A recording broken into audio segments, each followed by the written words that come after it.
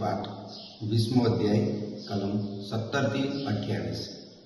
ઈસુ યરૂશલેમ જતા હતા, ત્યાં રસ્તામાં 12 શિષ્યોને બાજુએ લઈ જઈને તેમને ખાનગીમાં કહ્યું, જુઓ, હવે આપણે યરૂશલેમ જઈએ છીએ। ત્યાં માનવ પુત્રને મુખ્ય પુરોહિતો અને શાસ્ત્રીઓને હવાલે કરવામાં આવશે। તેઓ તેને મૃત્યુદંડ ફરમાવી પરદેશોને હવાલે કરશે। તેઓ એની મસ્કરી કરશે, એને ફટકા મારશે અને ક્રૂસે ચડાવશે, પણ ત્રીજે દિવસે એ ફરી સજીવન થશે। એ વખતે જબદીના છોકરાઓની માએ પોતાના છોકરાઓને સાથે આવીને ઈસુને પગે પડીને વરદાન માંગ્યું। ઈસુએ તેને કહ્યું, તારે શું જુએ છે? બાઈએ કહ્યું, આપ એવી આજ્ઞા ફરમાવો કે આ મારા 2 દીકરામાંથી એક આપના રાજ્યમાં આપણે જમણે હાથે અને બીજો આપણે ડાબે હાથે બેસે। પણ ઈસુએ કહ્યું, તમે શું માંગો છો એ તમે સમજતા નથી। મારે જે પ્યાલો પીવાનો છે તે તમે પી શકશો? તેણે કહ્યું, બેશક। ઈસુએ તેમને કહ્યું, મારો પ્યાલો તો તમે પીવા પામશો, પણ મારે જમણે હાથે અને ડાબે હાથે બેસવાનો અધિકાર આપવો એ મારા હાથની વાત નથી। એ તો મારા પિતાએ નક્કી કર્યું હશે તેને જ મળશે। બાકીના 10 શિષ્યો આ સાંભળીને 2 ભાઈઓ ઉપર રોષે ભરાયા।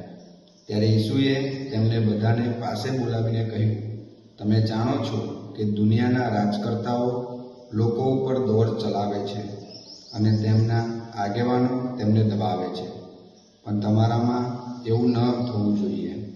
તમારામાં તો જે કોઈ મોટો થવા ઈચ્છતો હશે તેને તમારો સેવક થવું પડશે, અને જે કોઈ તમારામાં પહેલો થવા ઈચ્છતો હશે તેને તમારો ગુલામ થવું પડશે। જેમ માનવ પુત્ર સેવા નહીં પણ સેવા કરવા અને સૌની મુક્તિ માટે પોતાનું જીવન અર્પી દેવા અવતર્યો છે। આ પ્રભુની વાણી છે। જય ઈસુ। વાલા ધર્મજનો, આ આપણા જીવનની અંદર આપણે ઘણી જગ્યાએ જોયું હશે। કદાચ એ આપણા નોકરીની જગ્યા હોય, આપણા ભણતરની જગ્યા હોય, કે પછી અન્ય કોઈ જગ્યા હોય। એકવાર એ 4 પાયાવાળી ખુરશી મળે પછી એ માણસના પગ જમીન ઉપર રહેતા હોય છે કે પછી એ ગુમાનમાં હોય છે। મારા વાલા ધર્મજનો, આજના શુભ સંદેશમાં પ્રભુ ઈસુ પોતાના મરણની આગાહી જાહેર કરે છે।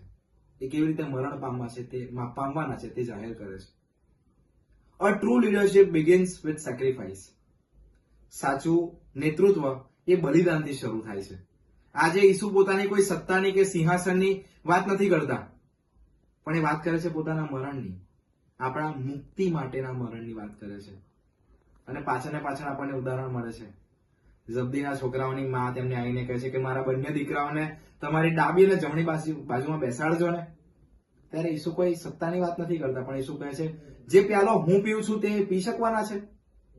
પ્યાલો અર્થાત એ જે મુશ્કેલીમાંથી પસાર થવાના છે, પ્યાલો અર્થાત જે દુઃખ એ વેઠવાના છે, એની વાત કરે છે। એ નથી વાત કરતા કોઈ સત્તાની, કોઈ સિંહાસનની કે પછી કોઈ પણ જાતની ગુમાનની। એ વાત કરે છે એ પ્યાલાની, એ બલિદાનનો પ્યાલો। આ તપઋતુ દરમિયાન આપણે અન્નનો ઉપવાસ કરીએ છીએ, ચોક્કસ કરીએ છીએ।